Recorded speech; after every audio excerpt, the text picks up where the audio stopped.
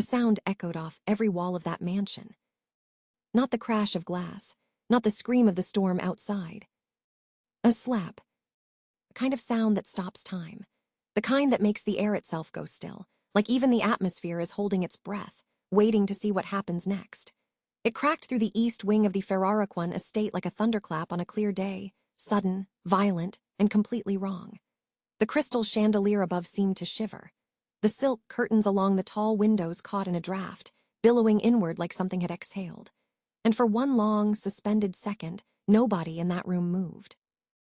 When Dominic Ferraraquan stepped through those double doors, still in his three-piece suit the color of midnight, still carrying the cold air of boardrooms and billion-dollar negotiations on his shoulders, the first thing he saw was his fiancée, Celeste, standing over his mother's wheelchair. Her hand was raised. Her eyes were wild with something ugly, something that had been dressed up and perfumed and hidden for months, but was now standing naked in the lamplight of the east wing for anyone to see. And standing between them, a girl in a gray uniform, chin lifted, eyes blazing like two lit coals, her own palms still stinging red from the correction she had just delivered to the side of Celeste's carefully contoured face. Celeste turned slowly. She was good at composing herself. It took less than 3 seconds. By the time she faced Dominic, her eyes had already filled with the exact right amount of tears, not enough to seem hysterical, just enough to seem wounded. "She hit me, Dominic," she said softly, her voice breaking on the exact right syllable. "The help hit me." Dominic looked at the girl in the gray uniform. The girl looked back. She did not flinch. She did not lower her chin. She did not look at the floor the way people in gray uniforms were expected to look when a man like Dominic Ferraraquan turned his eyes on them. She stood with her feet planted on that cold marble floor and held his gaze like she had every right to, like she had been waiting for exactly this moment, like she had been building toward it for 91 days and was not about to waste it by blinking first. Her name was Amara Osaikwan. She had been in that house for 91 days, and in 91 days, she had seen things that would have broken anyone else into pieces small enough to sweep away. But Amara was not breakable, not in the way that mattered. And before we go 1 second further into this story, because this is the kind of story that does not let you breathe once it gets going, if you are new here, please subscribe to this channel right now. Hit that subscribe button and turn on your notifications, because what we do here is tell stories that make your chest tight and your palms sweat and your heart feel every single thing. Stories about the people nobody saw coming. Stories about silence that was never weakness. Stories about patience so precise it becomes its own kind of power. If that is what you came here for, you are in exactly the right place. Subscribe, like this video so more people can find it, and share it with someone who needs to believe today that justice, real, complete, satisfying justice, is always coming for the right person. Now, do not go anywhere, because this story is about what Amara saw, what she documented, what she endured, and what she ultimately, completely, and without mercy, ended. To understand what happened in that mansion on the hill above Seoul's Han River, you have to go back further than day 91.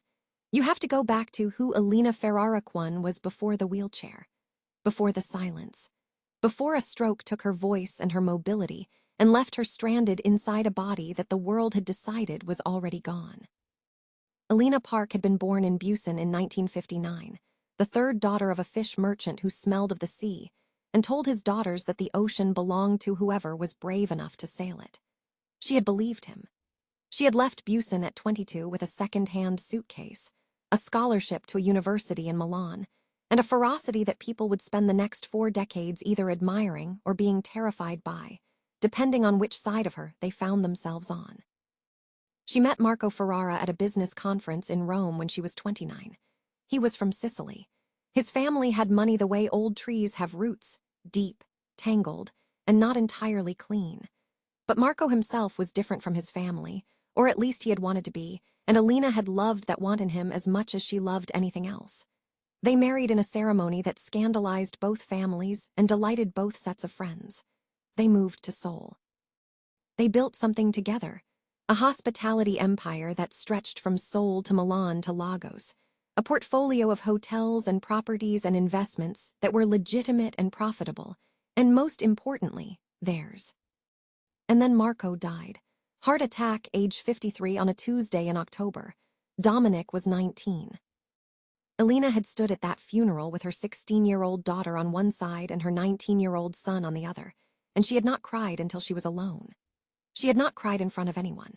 She had shaken hands and received condolences and spoken in full, complete sentences, and then she had gone home and sat in the kitchen at midnight and let herself fall apart, alone, because she was Alina Ferraraquan and she did not let people see her break. She only let them see her rebuild. She raised her children. She ran the business. She expanded it. She made it bigger than it had ever been under Marco, bigger than anyone had expected her to make it, bigger than people who underestimated her had thought possible. She became the kind of woman that rooms reorganized themselves around, not because she demanded it, but because her presence simply rearranged the gravitational field of any space she entered. And then, at 63, she had a stroke. Not a small one, not the kind you recover from in a few weeks and tell as a cautionary tale at dinner parties. The kind that rewires everything. The kind that takes your voice first and then chips away at your movement, your independence, the thousand small freedoms that people who have them never think about until they are gone. She could not speak. She could move her left hand with some intention. She could blink. She could listen and understand and feel everything, every slight, every kindness, every moment of cruelty and every moment of grace, with the full, sharp intelligence of the woman she had always been. She was still Alina. She was still entirely, completely there. But no one could hear her anymore. And into that silence, like water finding a crack in stone, Celeste Yoon had come. Celeste had met Dominic at a charity gala in Gangnam 18 months after the stroke, at a time when he was still raw with grief and exhausted from managing the business and worrying about his mother, and holding all of it together the way only children who lost fathers young learn to hold things, with both hands, white-knuckled, never asking for help. She was beautiful in the way that took work, the kind of beauty that arrived in a car, was maintained by a team, and was deployed as a strategic instrument. She was sharp and charming and socially precise, saying the right things to the right people with the effortless accuracy of someone who had spent years studying exactly which words opened which doors. She made Dominic feel, for the first time in a long time, like someone was actually looking at him rather than at his name or his portfolio or the weight of what he carried. What he did not see, what he would not see for a long time, was the calculation behind the look. Celeste had done the research before the gala. She knew about the family trust. She knew that Alina Ferraraquan, as the surviving matriarch, held veto power over major distributions from that trust until she was either deceased or declared legally incompetent. She knew that the trust was worth, at current valuation, approximately $340 million.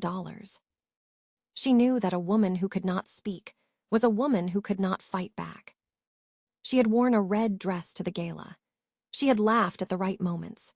She had touched Dominic's arm in the way that signals interest without announcing it, and she had left at exactly the right time, early enough to seem like she had better things to do, late enough to have been sufficiently memorable. By the end of the following month, they were together. By month 6, she had moved into the estate. By month 8, she was wearing his ring. And by month 9, Amara Osaikwan had arrived. Amara had come from Accra. Not from wealth, from a small neighborhood in Accra where the streets were lively and loud and smelled of groundnut soup and petrol, and the specific kind of human ambition that grows in places where comfort is never guaranteed. Her mother ran a fabric shop. Her father had been an engineer who died when she was 12, which meant Amara had grown up understanding early that the world did not make accommodations for grief, and that if you wanted something, you had to build the architecture for getting it yourself. She had studied information technology at university. She was good at it, genuinely, naturally good, the way some people are good at languages, as if the logic of systems and data and code was something she was simply wired to understand. She had come to Seoul on a work visa, initially for a tech firm, but a visa complication had left her between positions, and she had taken a job through an agency, temporary, just to maintain her legal status while she sorted out the paperwork. The agency had sent her to the Ferraraquan estate.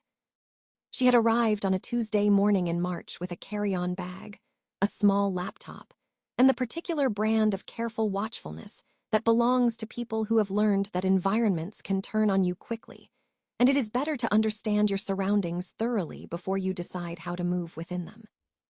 The estate was enormous. 5 floors of glass and concrete and marble, perched on a hill that looked out over the Han River on one side and the city's skyline on the other. The interior was the kind of expensive that whispers rather than shouts, nothing gaudy, nothing loud, just the soft, confident luxury of old money that has had generations to learn how to be comfortable. There were original artworks on the walls. There were rooms she was told not to enter. There were staff who had been there for years and moved through the house with the practiced invisibility of people who have perfected the art of existing in someone else's space without taking up too much of it. She was shown to her room on the 3rd floor by a housekeeper named Mrs. Young, who was efficient and not unfriendly, but who looked at Amara with an expression that contained a specific mixture of curiosity and reservation that Amara recognized. It was the look of someone trying to figure out how to categorize a person who didn't fit neatly into any of the available categories. "Your primary responsibility is the care of Madame Alina," Mrs. Young told her, with the careful, formal tone of someone giving instructions they expect to be followed precisely. "She is on the 2nd floor, East Wing. She requires assistance throughout the day. Her medical team visits on Tuesdays and Fridays. The family physician is Dr. Han. Miss Celeste, Mr. Dominic's fiancée, manages the household schedule, including Madame's care plan. You report to her." Amara nodded. She was already noting things: the layout, the camera placements in the common areas, the staff rotation patterns. The way Mrs. Young's voice changed very slightly, a nearly imperceptible flattening, when she said Miss Celeste. She filed all of it away and said nothing. That first afternoon, she knocked on the door of the East Wing suite, opened it gently, and met Alina Ferraraquan for the first time. The room was clean and adequately lit, and entirely without personality. It had the feel of a space that had been arranged for the performance of care rather than for the comfort of the person being cared for, the furniture precisely placed, the surfaces clear, the window adjusted to a neutral angle. Nothing personal, nothing warm. On the nightstand, a water glass, a medication tray, a call button that Amara would later learn was regularly left just out of reach. Alina sat in her wheelchair by the window. She was 65 years old, and she looked, in that first moment, smaller than Amara had expected. Not diminished, not exactly, but compressed somehow. Like someone who had been taking up less space than usual for a long time, partly by necessity and partly by a kind of survival instinct that told her that being unobtrusive was safer than being noticed. But her eyes were completely, startlingly alive. Dark and sharp and watching, taking Amara in from the doorway with an intelligence and a precision that immediately recalibrated everything Amara had been prepared to feel. She had braced herself, coming in, for someone confused or distant or diminished. She had braced herself for the flatness that sometimes comes with severe neurological events. There was nothing flat about Alina Ferraraquan's eyes. They were the eyes of a woman who was entirely present and thoroughly paying attention and waiting, with the patience of someone who has had no choice but to become very patient, to see what kind of person this new girl would turn out to be. Amara crossed the room. She did not speak loudly or slowly the way people sometimes did around Alina, as if the stroke had affected hearing or intelligence rather than only movement and speech. She spoke in a normal voice at a normal pace, because she had read the medical notes on the way up, and she understood what had actually been affected and what had not. "Good afternoon, Madame Alina," she said. "My name is Amara. I've been assigned to assist with your care. It's a pleasure to meet you." She extended her hand. Alina looked at the hand for a moment.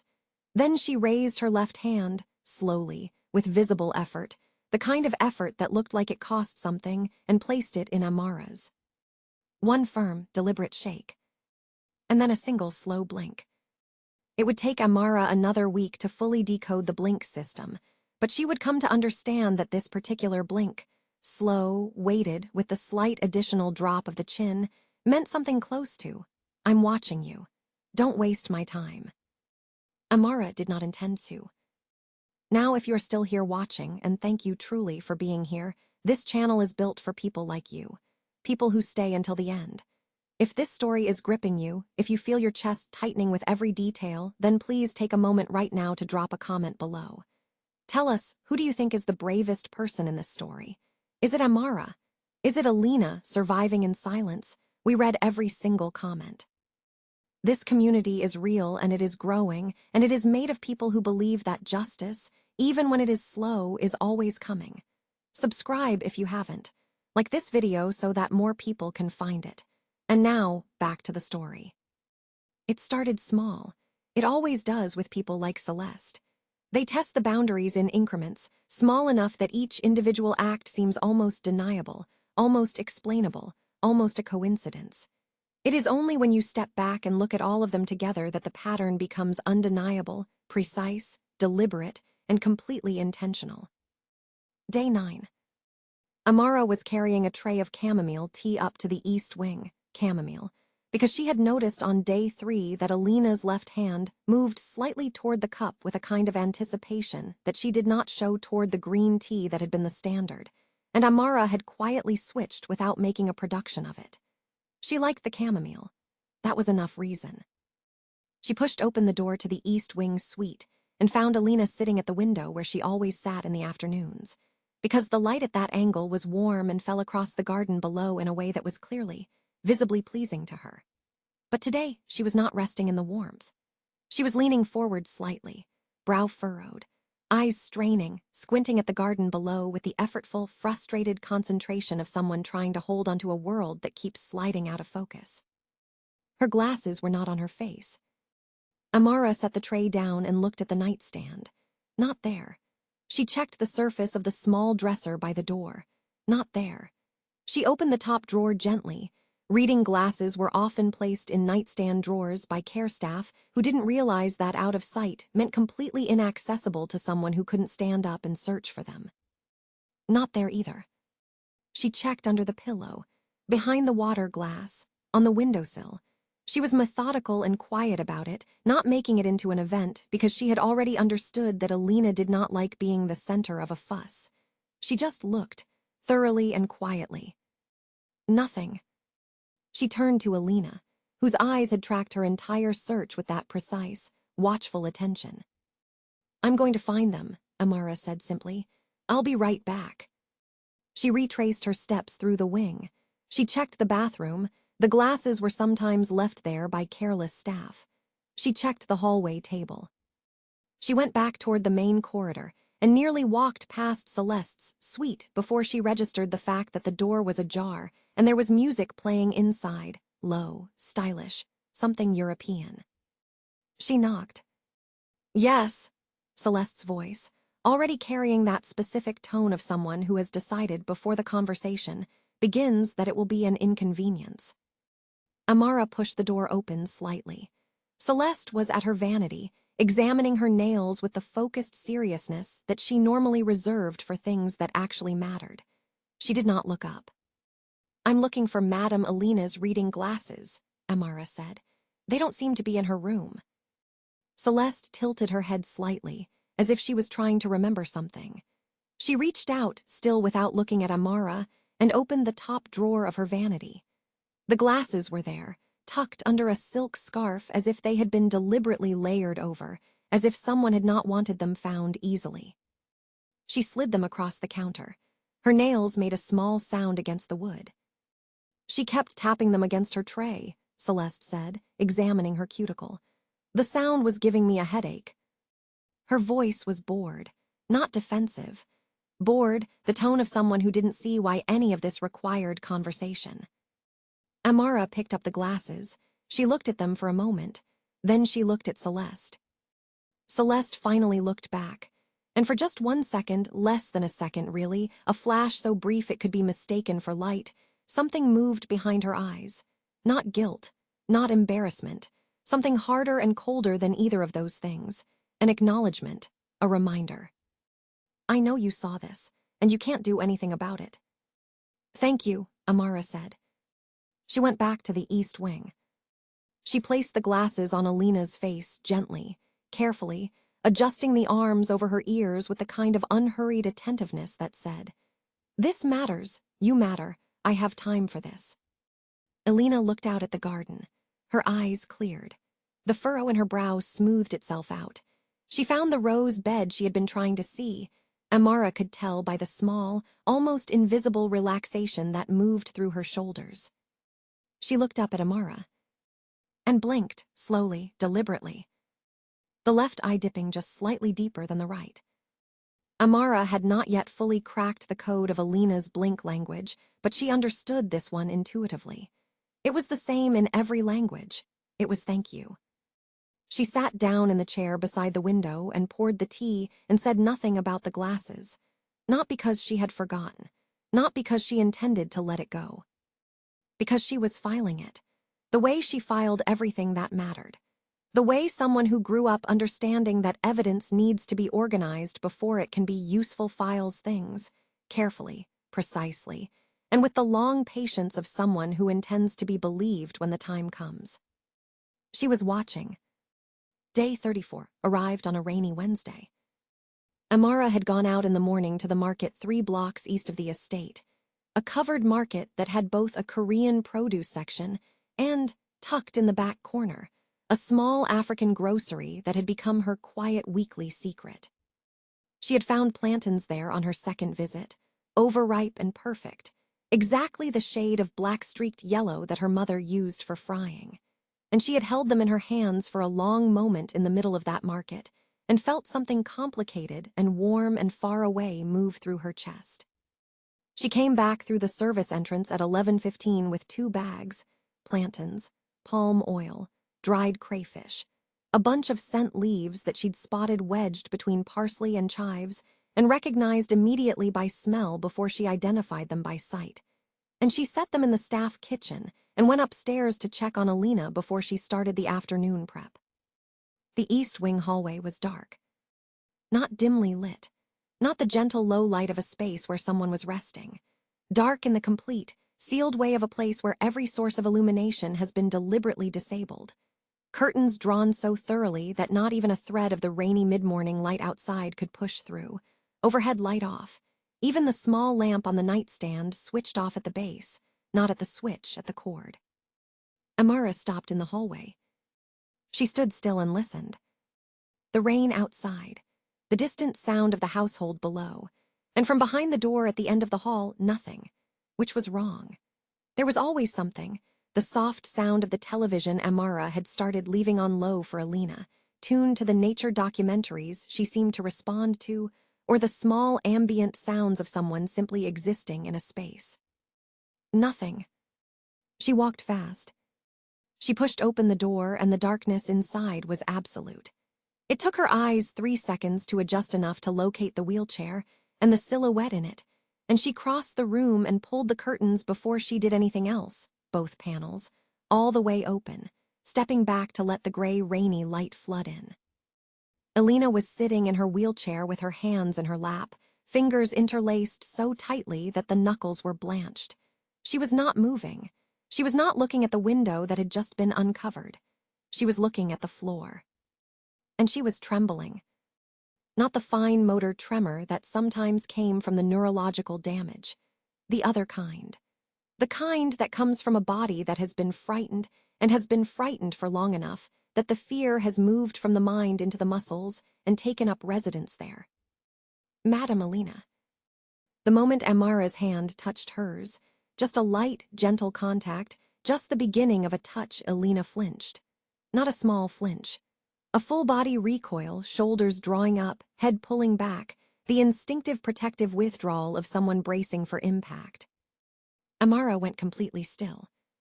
She did not pull her hand back. She did not make a sound.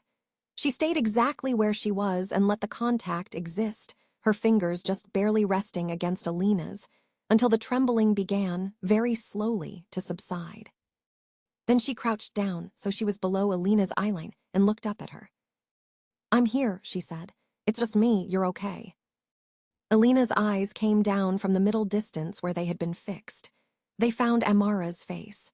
Something in them shifted, not all the way to relief, not yet, but toward it. the way a locked door moves when the key finds the right configuration.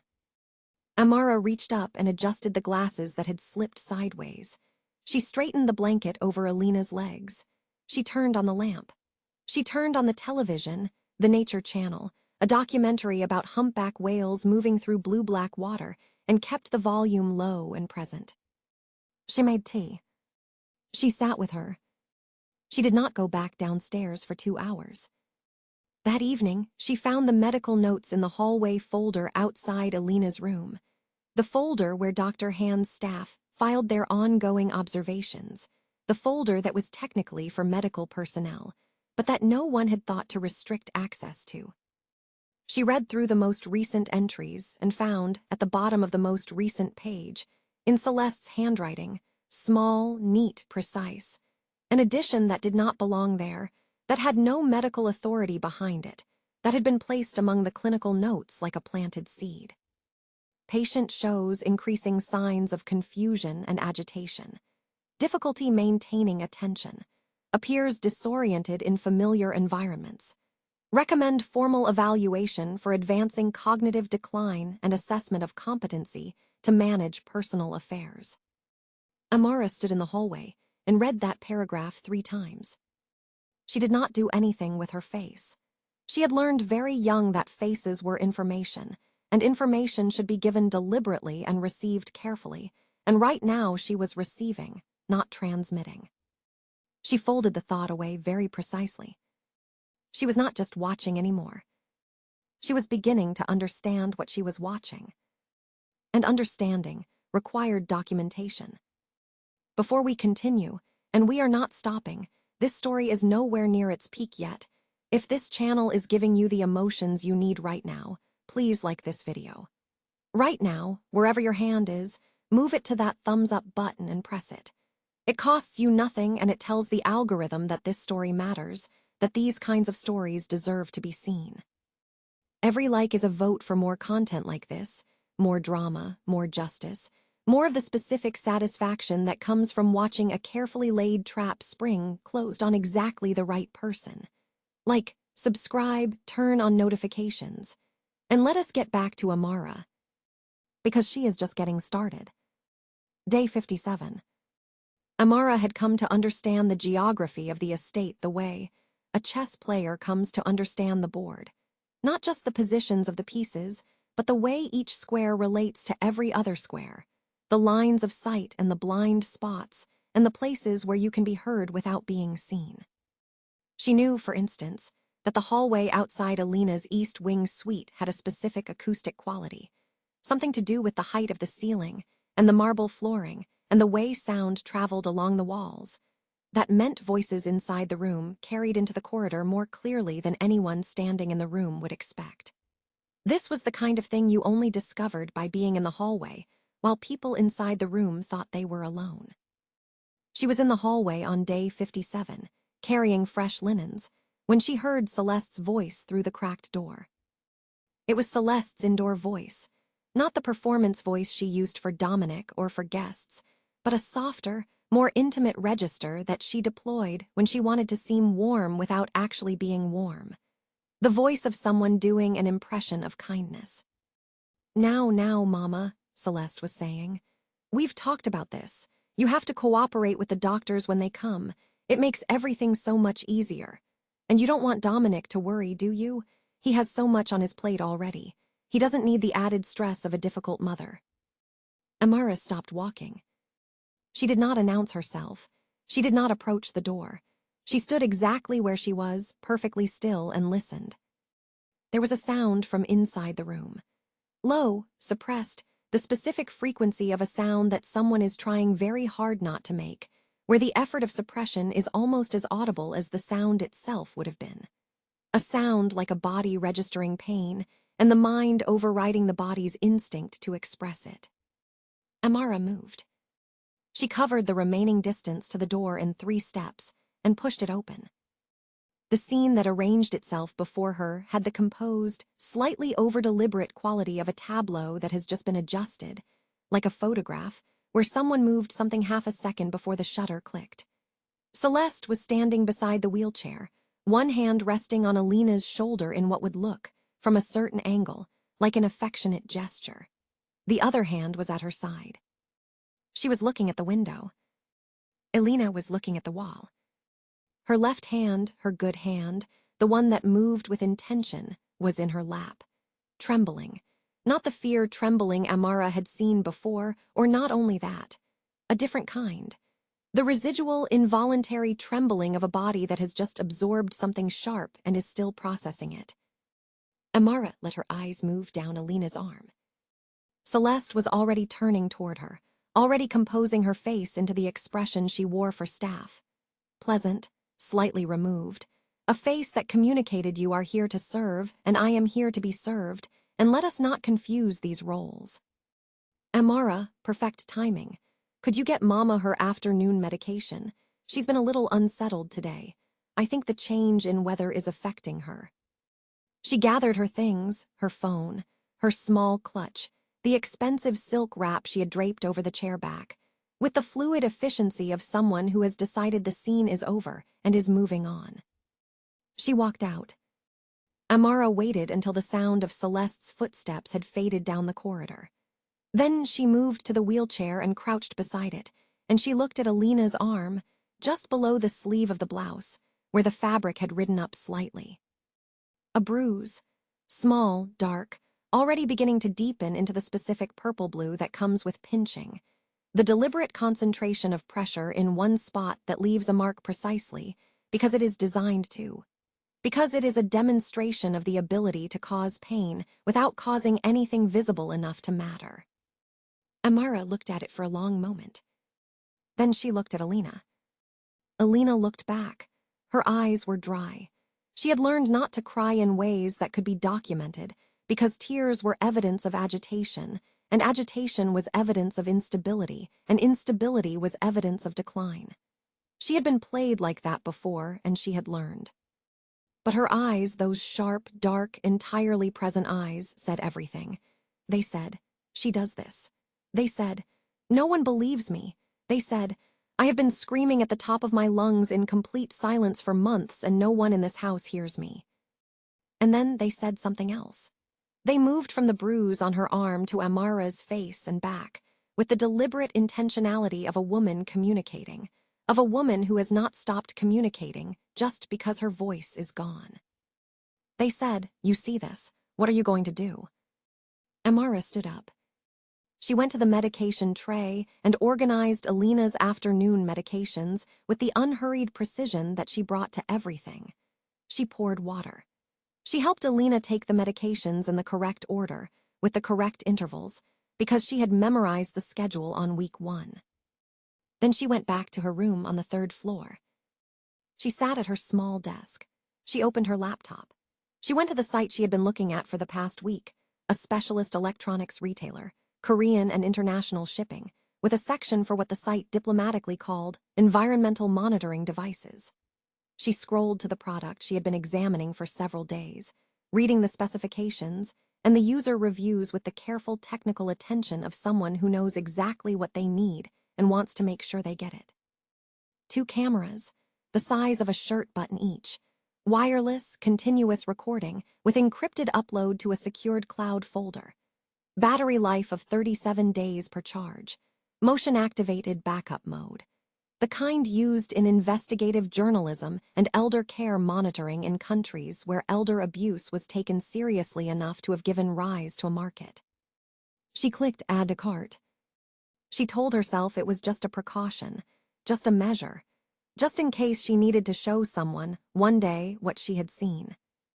She already knew it was more than that. She ordered them with expedited delivery, and while she waited for the confirmation email, she opened a new document on her laptop and started a log. Date, time, location, observation, evidence status. She began entering everything she had observed since day 1 with the systematic precision of someone who has studied information systems and knows that data is only as useful as its organization. She was going to be believed. She just had to build the case first. The cameras arrived on day 58. She installed the first one inside the carved wooden frame of a photograph on Alina's nightstand. A family photo, Marco and Alina, and a young Dominic and his sister, taken somewhere on a beach that looked Mediterranean. The photo already lived on the nightstand and had lived there since before Amara's arrival. She simply opened the frame, placed the camera behind the existing glass, resealed it, and set it back in exactly the same position, the tiny lens aligned with a small gap in the decorative carved edge that was functionally invisible to anyone who was not looking for it. She placed the second one in the east wing corridor, inside the decorative ceramic pot that held an artificial fern near the door, the lens facing toward the suite entrance. She tested both from her phone that night, lying on her narrow bed in the third-floor room, watching the live feed on the encrypted app she had set up. The footage was clear. The audio was functional. The automatic cloud upload was running. The red recording light was so small it was almost not there. Almost a suggestion of light rather than a light. The kind of thing you would never notice unless you were looking for it, and Celeste was too comfortable in that suite to look for anything. Good. Amara set her phone on the charger. She lay in the dark for a while. Then she went asleep, because rest was also a resource, and she was going to need all of hers. On day 63, Amara went to Dominic Ferraraquan. She had spent 2 days preparing. She had printed the log, 2 pages, organized chronologically, each entry specific and dated and free of emotional language. Just date, time, what was observed, what the probable intention was, what the physical evidence was. She had done it this way deliberately because she understood, from years of watching the way the world receives information from people in positions like hers, that emotion was used against you. That anything that could be characterized as hysterical or dramatic or resentful was immediately available as a reason not to listen. She had written with the stripped precision of a legal document. Facts only, nothing embellished, nothing exaggerated. She waited outside his study for 42 minutes. She was aware of how she looked standing there, in her gray uniform, holding a printed folder, waiting outside a door that a man like Dominic only opened for people who had appointments, and she did not have an appointment. She was aware of all of it, and she stood with her back straight and her breathing even, and she waited. He came down the corridor at 12:40, still on his phone, and he nearly walked past her before he registered her presence. He stopped, looked at her, then at the folder. "Amara, is something wrong?" "I need 5 minutes," she said. "It's about your mother." Something moved behind his eyes. Not alarm, not yet, but something that was in the neighborhood of concern, the automatic concern of a son who has been carrying guilt about his mother's situation for a long time. "Is she all right?" "She's not," Amara said. "That's what I need to tell you." He held the door open. She walked in. The study was everything the rest of the house was, precise and expensive and tasteful, with the addition of the specific accumulated disorder of a workspace actually used, which made it feel more human than anywhere else in the estate. There were papers on the desk. There were 2 coffee cups that had not yet been cleared. There was a jacket over the back of the chair. She placed the folder on the desk in front of him. She stood on the other side. She spoke clearly and at a moderate pace, and she went through everything: the glasses, the dark room, the manufactured medical notes, the bruise, the pattern. She named dates. She named times. She described what she had observed with the same spare precision she had used in writing it. He did not look at the folder. He looked at her, not unkindly. She would say that for him, then and later. He listened.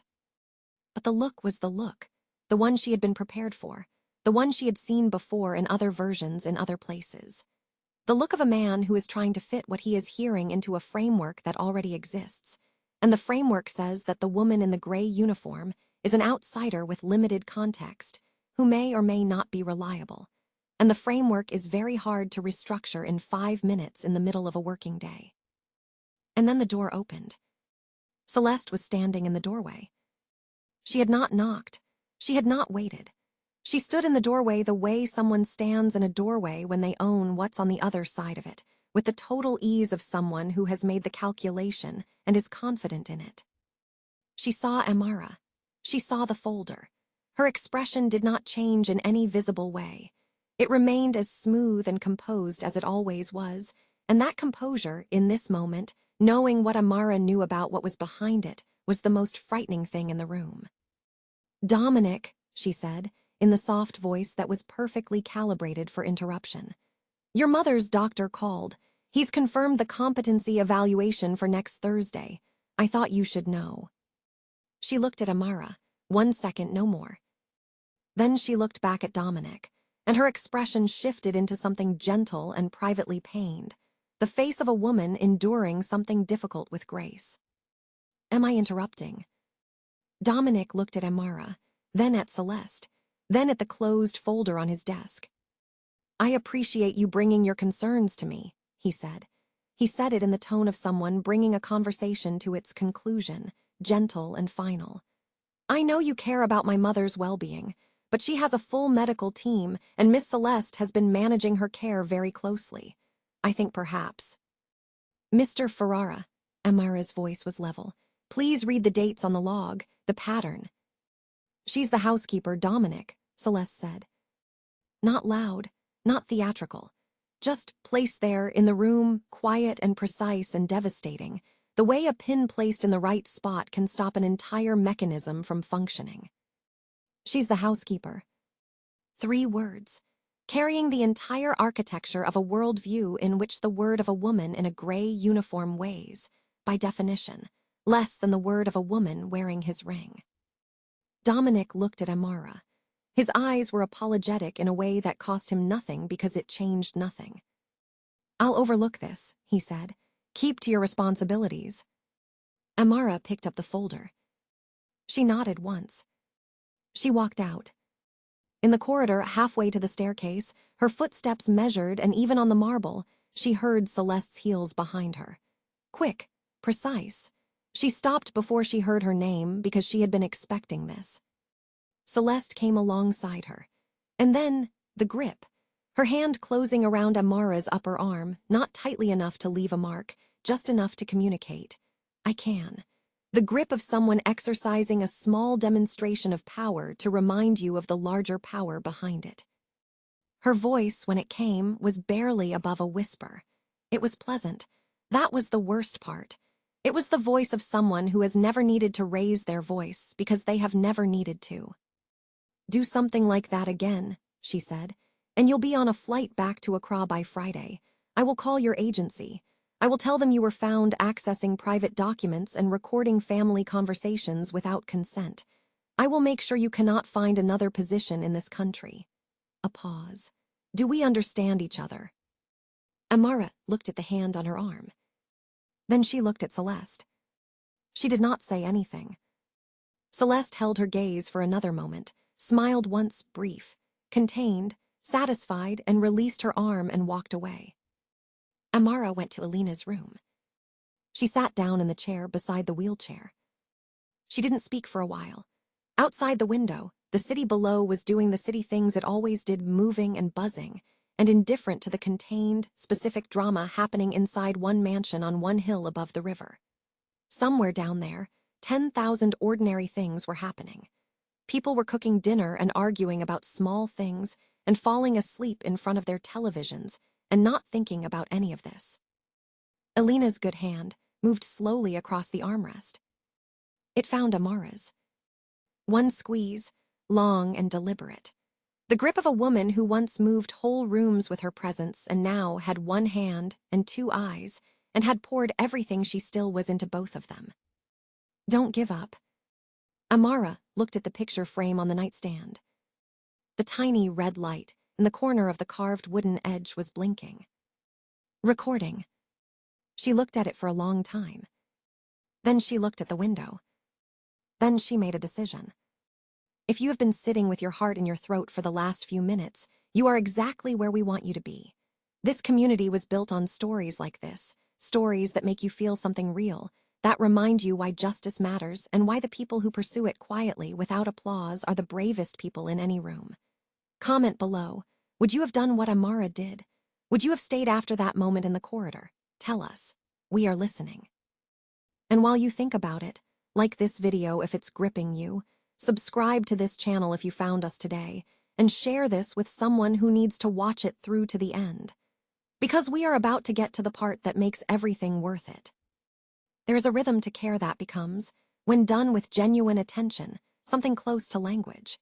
Amara discovered this in the weeks between day 63 and day 91. The weeks after the failed meeting in Dominic's study. The weeks when she understood clearly that the institutional routes were closed to her, and the only path forward was the one she was building herself, one recorded hour at a time.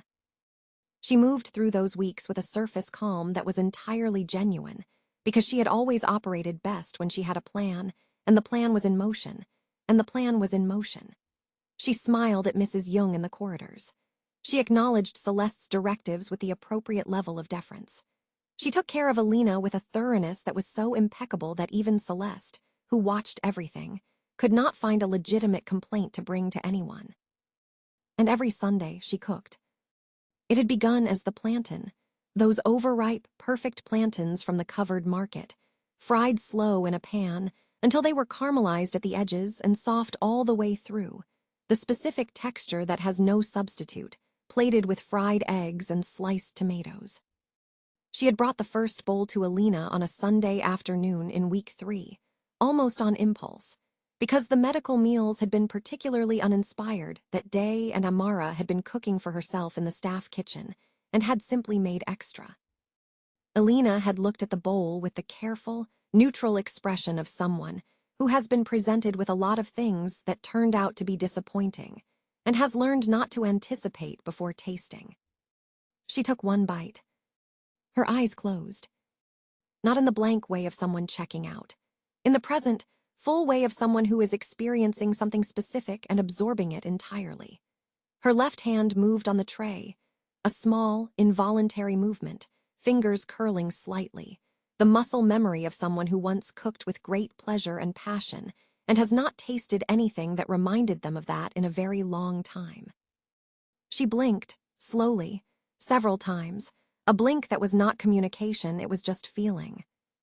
Amara sat down with her own plate and ate, not standing over her, not watching in the hovering way that made Alina feel like a patient, but beside her, at the same level, in the same rhythm. 2 people eating at a table, or as close to that as the wheelchair and the circumstances allowed. After that, it was every Sunday without discussion. The menu varied, jollof rice on some days, smoky from the slightly charred bottom that was not an accident but a technique, served with stew that had been building since Friday. Suya spice rubbed onto chicken, roasted until the skin crackled. Chin-chin that Amara made in small batches, little braided pieces of fried dough that crunched between the teeth and were sweet and plain at once. Alina could not eat everything. Her swallowing reflex was affected, and Amara adapted accordingly, adjusting textures without announcing the adaptation, which was the kindness of it. Not making the accommodation into a demonstration of limitation, just making the food accessible and saying nothing. On one of these Sundays, day 44, which had been a particularly cold afternoon with rain that moved horizontally against the windows, Amara had been braiding Alina's silver hair. This was also something that had evolved gradually. She had brushed it once when it was tangled in a way the morning aide had left it, and Alina had visibly relaxed under the strokes of the brush in a way that was too complete to ignore. So Amara had started doing it regularly, and from brushing it had moved naturally to braiding, simple braids that kept the hair from tangling and also felt, Amara suspected, like being touched with care, which was a thing Alina was not getting enough of from anyone else in this house.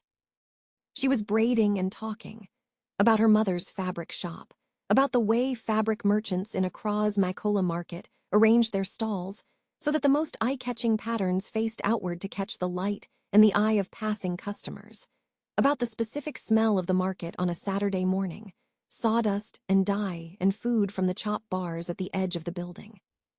She talked not because she expected responses in the conventional sense, but because she had understood very quickly that Alina liked to listen, that being talked to genuinely, as a person, rather than at, was something that landed differently for her than it did for most people, because it happened so rarely.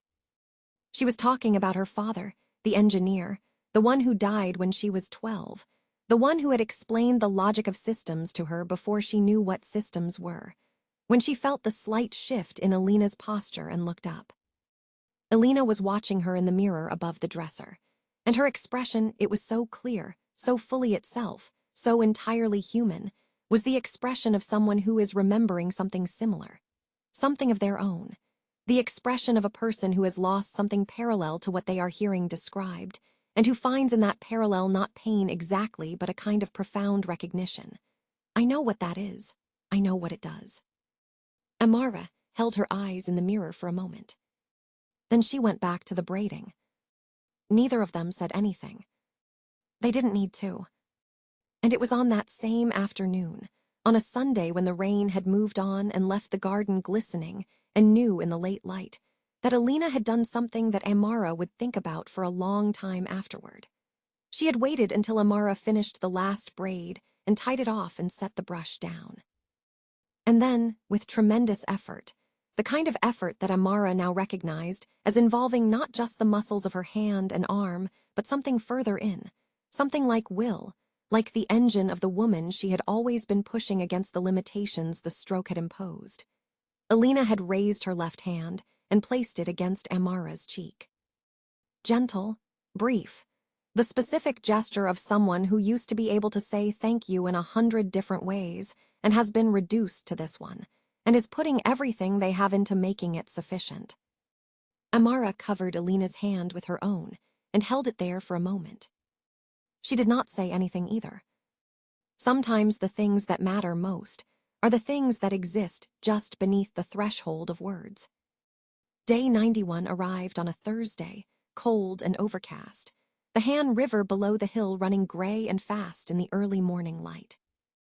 Amara had known, from her morning routine check of the camera footage, that Celeste had been on her phone for over an hour the previous evening, packing the corridor outside Alina's suite, speaking in the low, rapid tone that Amara associated with planning, with logistics, with the movement of pieces on a board. She had reviewed the audio this morning. It was clearest near the corridor camera, and what she had heard was this. The evaluation is tomorrow. Han will be there at 10. She needs to present at a minimum of stage 4. That means tonight. I don't want her rested. I don't want her calm. I want her exactly as disoriented as she can get and still be functional enough to sit in the room. Can you make sure the night aide takes her medication schedule and adjusts it? No, don't write it down anywhere. Just tell them she seemed agitated and they made a judgment call. The call had ended. The corridor had gone quiet. Amara had sat with her phone in the early morning stillness of her room and listened to the recording again, and then once more. Then she had gotten dressed. She had eaten breakfast. She had gone through her morning tasks with the measured, unhurried precision that she brought to every day, because panic was information that she did not want to give anyone, and because the plan was already in place and what it needed from her now was not urgency but patience. She was in the utility corridor, arms full of fresh linens, when Celeste swept past in the direction of the East Wing. On the phone, moving with the decisive, slightly preoccupied stride of someone executing a plan that is almost complete. Just needs to not be coherent tomorrow, Amara heard. I'm handling it tonight. Amara set the linens down on the hallway shelf. She turned and walked after Celeste. Not running, walking fast, deliberate, covering the distance between the utility corridor and the East Wing in the amount of time it took Celeste to reach Alina's door and push it open. She reached the doorway just as Celeste reached the wheelchair. Celeste had placed herself in front of Alina in the specific posture she used in these private moments, one she had never had to maintain around Amara before tonight, because she had always been careful with the timing, had always made sure Amara was otherwise occupied or out of the wing before she visited in this way. But tonight, she was in a hurry. Tonight the evaluation was tomorrow, and there were things to arrange, and she did not have the luxury of careful timing. She was leaning over the wheelchair, face close, voice dropped to the register she used here. Sweet, almost intimate. The voice of someone who has discovered that performing closeness, while causing harm, has a specific psychological effect on the person receiving it that makes it more effective than simple cruelty. Tomorrow you will not cooperate with Dr. Han's questions, she was saying. You will look confused. You will not respond to your name on the first or second call. You will not demonstrate any understanding of where you are or what year it is. And if you do anything other than exactly that, I will make sure that Dominic understands that your care has become too complicated for this household, and you will spend the rest of your life in a facility where I promise you, no one will bring you chamomile tea. Alina's good hand, that left hand, that instrument of everything she had left, moved from her lap, raised itself slowly with visible effort. The effort of a woman who has been holding herself in check for months and is making the decision to not hold herself anymore. It reached Celeste's arm and pushed. Not hard. It could not be hard. The muscles that remained were not capable of force, only intention. It was the force of a single pushed sentence in a room where every voice had been taken away. But the intention was absolute. It was the oldest possible human statement. No, get away from me. You do not get to do this. Celeste looked at the hand, then at Alina's face. And she raised her own hand. The marble floor felt cold beneath Amara's feet as she crossed it, but the handprint on the mother's face, when it landed, was burning red. She was across the room before she had decided to move. She was between them before the sound had finished echoing off the walls. Don't, her voice was not a shout. It was something that cut cleaner than a shout. Touch her. And then she turned to Celeste and she delivered it. The correction, the rebalancing, the slap that rang off the marble and the glass and every surface in that room, and probably several rooms beyond it, clean and hard and without hesitation. The sound that this story began with, the sound that had been building for 91 days. Celeste stumbled back. Her hand went to her cheek. Her eyes went wide, not with pain, not primarily with pain, but with something more primal and more revealing than pain. The shock of consequence.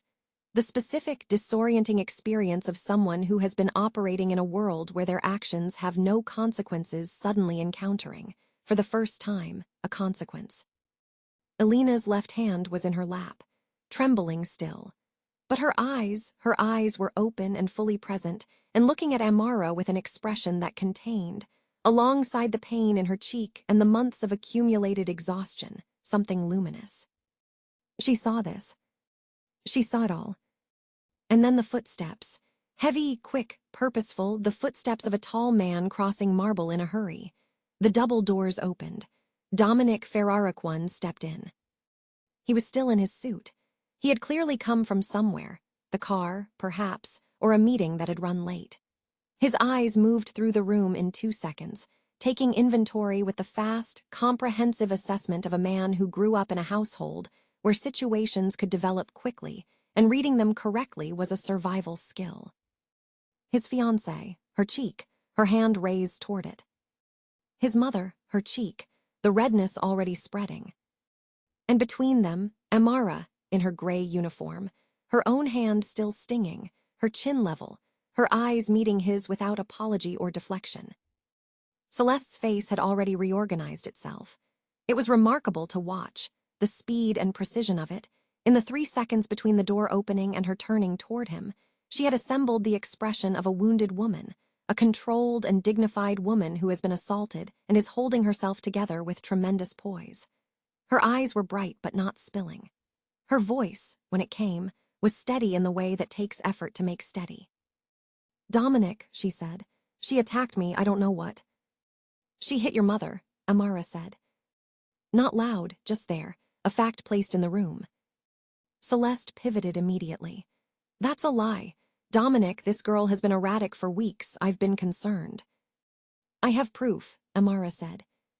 Something changed in the room, not loudly, like a pressure shift, the way the air changes before a storm or before something very large moves. Dominic's face, which had been cycling through expressions too rapidly to settle on any of them, went very still. "What did you say?" "I have proof," she said again. She crossed the room to the nightstand. She lifted the photograph, Marco and Alina and a young Dominic on a Mediterranean beach, and she turned it over. She pulled the camera from the back of the frame. It was the size of a small coin. She held it in her palm for a moment, and she looked at it, and then she looked at Dominic. She opened the app on her phone. She pressed play. The footage was good. She had known it would be good. She had reviewed it regularly, had confirmed the angles and the audio quality and the timestamp accuracy throughout the 33 days it had been running. But seeing it in this room, on this phone, with these 3 people present, it was different. It had a different weight. The weight of evidence does not fully land until it is being received. The first clip, Celeste opening Alina's drawer, removing the reading glasses, tucking them under a silk scarf in her own vanity. The timestamps placed it on day 9. The audio caught her murmuring to herself, something too low to fully resolve, but the visual was complete and unambiguous. The second clip, the corridor outside Alina's suite, 11 in the morning. Celeste entering the room, the door closing. The sound, through the audio, of the curtains being drawn. The door not opening again for 4 hours and 18 minutes. The timestamp on Alina's face when Amara opened the curtains, that afternoon, the specific expression of a person who has been in the dark for longer than their mind could hold. The third clip, day 57. Celeste standing beside the wheelchair. Alina's arm, the exact moment. Clear, unambiguous, no possibility of alternative interpretation. The fourth clip, Celeste on the phone in the corridor the previous evening. Her voice, crystal clear in the corridor camera's audio, just needs to not be coherent tomorrow. I'm handling it tonight. The fifth clip, tonight, the wheelchair, Alina's hand pushing, Celeste's hand rising, the impact, all of it, every second of it. Amara stopped the playback. Dominic had not moved. He had watched the entire thing without moving, without changing his expression, without making a sound. He was standing with the particular stillness of a man whose interior architecture is being demolished and who is holding the exterior together through pure discipline. Amara reached into the pocket of her uniform. She pulled out a USB drive. She set it on the nightstand. "That's a copy of everything," she said. 33 days. I sent another copy to Madame Alina's original attorney, the one she appointed before the engagement, not Dr. Hand's recommended counsel, on Monday. He's been expecting my call. She reached into the other pocket, pulled out the printed log, 2 pages, dated, specific, everything she had observed and documented since day 1. She placed it beside the USB drive. "I tried to bring this to you on day 63, she said. Dominic said nothing. Celeste's voice came in fast and practiced and building toward something. "Dominic, you can see what she's done. She's been surveilling us. She has no legal right." "Stop." One word. It was not a shout. It was flatter and heavier than a shout. It was the word of someone who has reached the absolute end of their willingness to listen to a particular voice. He was not looking at Celeste. He was not looking at Amara. He was looking at his mother. Alina was looking back at him, straight, unflinching, with all of the precision and intelligence and presence that she had always had, that a stroke could damage the vessels of but could not touch the substance of, that 3 months of deliberate, targeted cruelty had attempted to manufacture away and had failed to, because Alina Ferrara Kwon was not declining and had never been declining. She was right there. She had been right there the whole time. He crossed the room in 4 steps. He was a tall man, and it took 4 steps. He got to the wheelchair, and he did something Amara had not seen him do in 91 days of living in the same house. He crouched down, bringing himself level with his mother, bringing himself below her, and he took her good hand in both of his. He held it. He did not speak for a moment. When he did, his voice was different from any version of it Amara had heard before, stripped of the polish and the authority and the management, down to something underneath all of that, something younger and rower and genuinely sorry. "Mama," he said, "I'm sorry." Alina looked at him. She blinked, slowly, twice, the long, weighted blinks that meant, "I know, now you know too." He stood up. He turned around. Celeste was at the window, positioned with the instinctive staging of someone who has calculated angles all her life. The lamplight behind her, the posture, the expression that she had not yet given up composing. She was still working the scene. She was still, even now, trying to find the version of this that she could survive. Dominic, before you say anything, the footage is recorded without consent, which means it's legally. Get out of my house. It was not loud, it was not dramatic, it was simply the truth. Delivered in the voice of a man who has made a decision that will not be revisited. Dominic, you have 20 minutes, he said, after which I will call the police to discuss elder abuse charges, and I will simultaneously call 3 journalists I know personally to discuss the competency evaluation scheme and the medical notes that were falsified in my mother's medical file. He paused. The prenuptial agreement you signed has a fraud clause. It is broad and it was written by excellent lawyers. You will leave with nothing. Celeste looked at him. She looked at Amara. She looked at Alina. Something happened in her face, not for long, barely a second, but it happened. The composure cracked just enough to show what was underneath it, which was not a wound or a regret, but something harder and colder and more frightened than either of those things. The expression of someone who has run a very precise calculation and seen, for the first time, that it has come out wrong.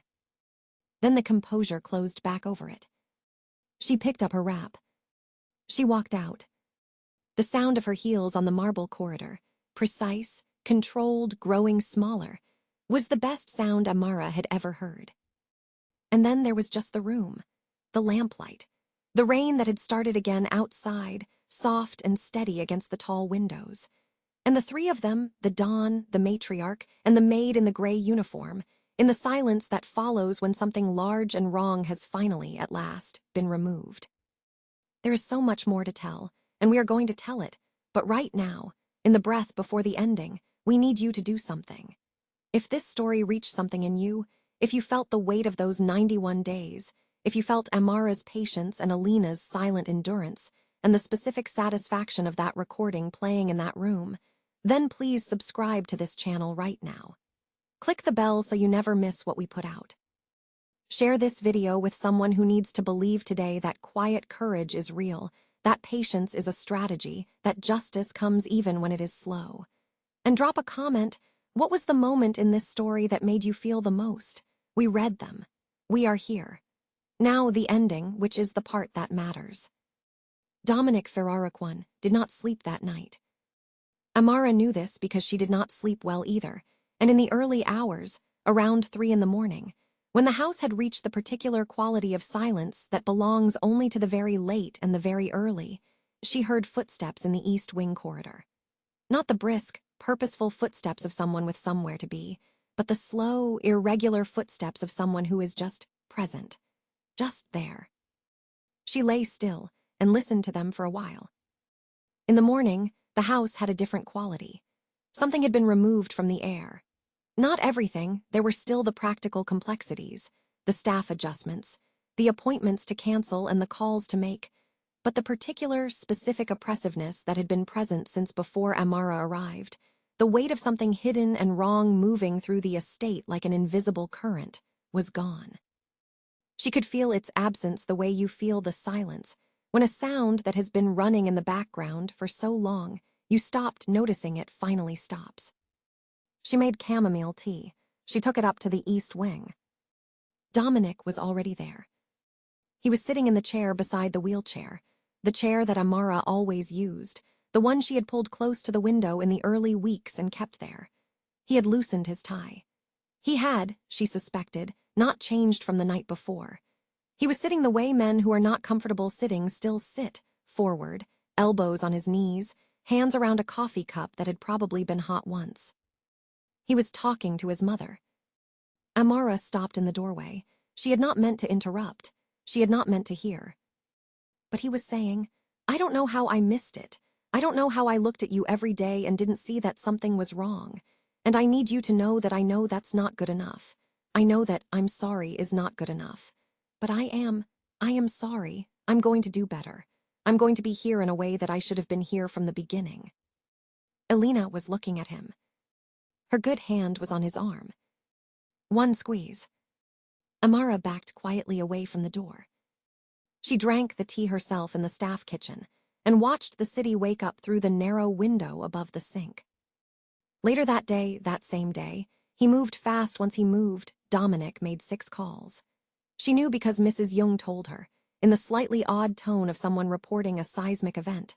The original medical team was dismissed. A new specialist in post-stroke rehabilitation, recommended by a hospital in Sinchon that did not take referrals from Dr. Han, was contacted and an appointment booked for the following week. The competency evaluation was cancelled, not postponed, cancelled, with a note sent to the court registry indicating that the family had determined it to be based on falsified documentation. Elena's original attorney, the one from before the engagement, the one who had been waiting since Monday, received a call from Dominic directly. The prenuptial fraud clause was, as Dominic had stated, broad and well-written. Celeste Yoon left the Ferraraquan estate on the evening of day 91 with 2 suitcases, and the clothes on her back, and nothing that had come from the estate, or from the trust, or from anywhere adjacent to either. On the 3rd day after, Dominic asked Amara to come to his study. She came, in her gray uniform, because she had not been told otherwise, because she had learned not to assume. She sat in the chair across from the desk, the same study, the same chair where 63 days ago she had laid a folder that he had not read. He looked older than he had 3 days ago. Not badly older, there was something clarified about it, something that had been refined rather than diminished. The look of a man who has revised a fundamental understanding of his own life and has decided to inhabit the revision rather than resist it. "There's a foundation," he said. "My mother established it 7 years ago, medical advocacy for stroke and neurological disability care, with a focus on the rights of patients who are nonverbal or have limited communication capacity. It's been running on a skeleton structure for the past 3 years because we haven't had the right person managing it." He looked at her. "The position comes with an office. In this building, because the foundation is housed here, but also in the rehabilitation center in Sinchon that we're partnering with.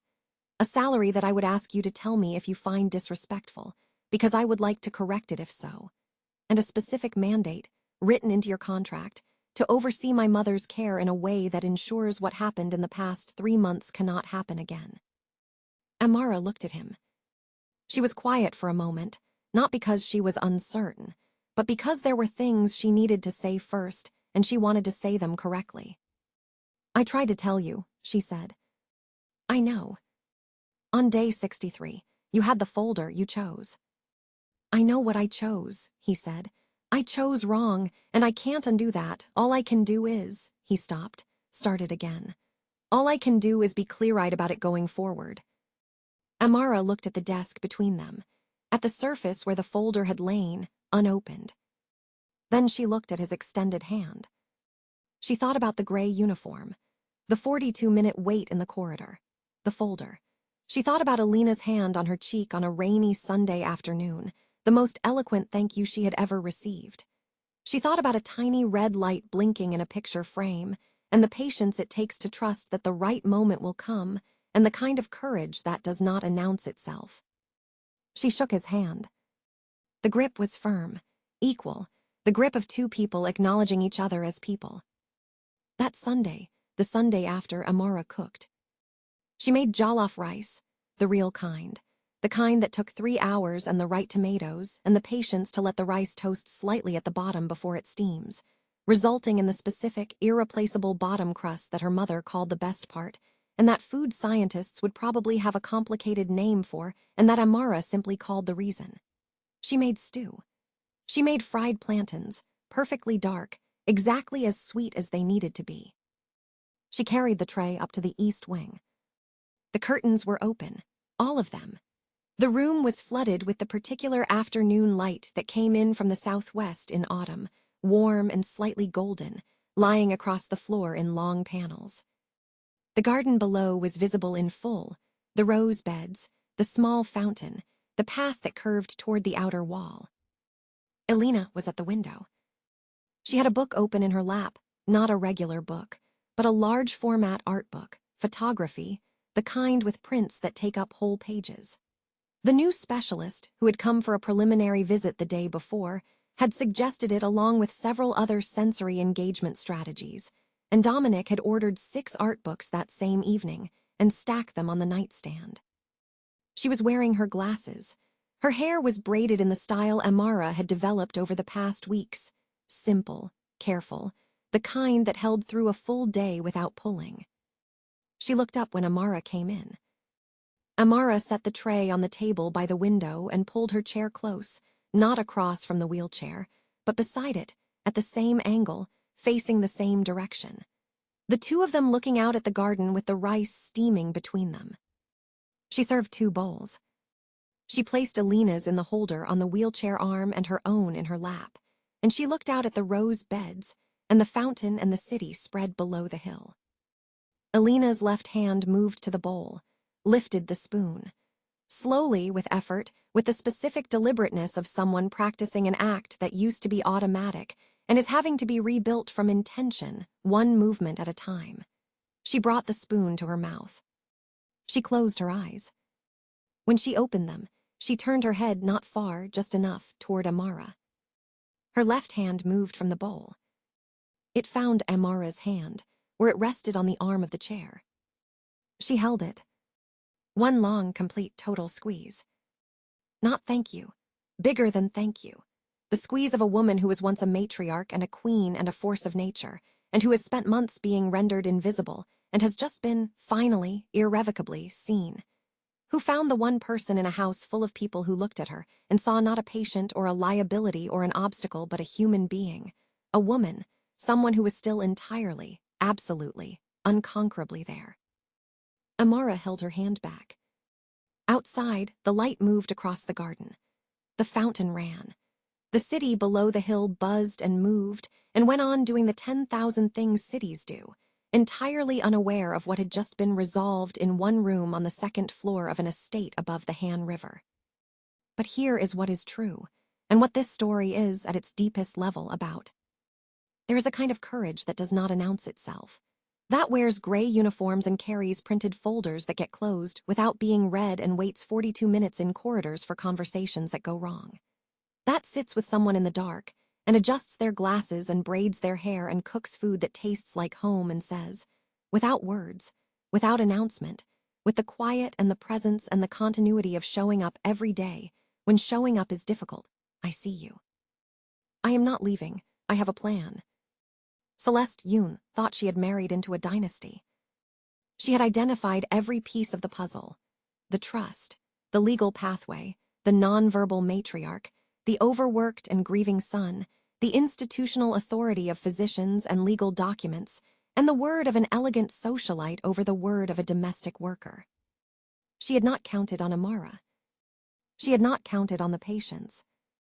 She had not counted on the specific, dangerous intelligence of a woman who understood systems, who understood that the same precision that makes a trap effective makes it documentable, that every act of cruelty leaves a trace if someone is paying close enough attention to find it, that a camera the size of a coin can hold the weight of 3 months and enough truth to end everything.